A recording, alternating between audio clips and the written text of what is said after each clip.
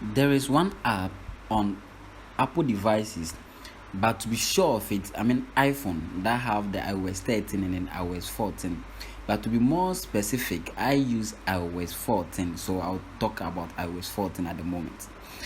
Apple Music is an app we have on the Apple Store, but comparably, there's a different app which Apple have that most YouTubers I know do not talk about it.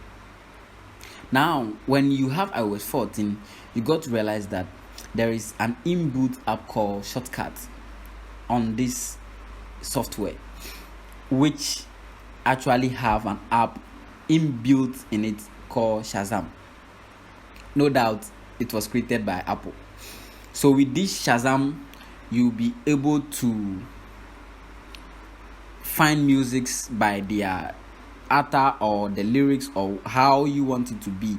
We've all heard about Shazam before and how it works. So you don't even really need to download this app on your Apple device or on your iPhone. The only way for you to get it is for you to use the Shortcut app. Okay. All right. So my name is Franklin, and if you are new here, this is the tech tips.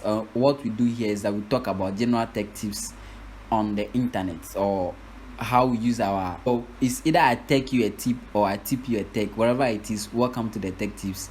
And if you love to hear more of our videos, don't forget to just give a thumbs up to this video and then subscribe to our channel. Okay, so now let's see how best we can be able to access this software on our iPhone. Okay, so to get access to the Shortcut app and then getting access to the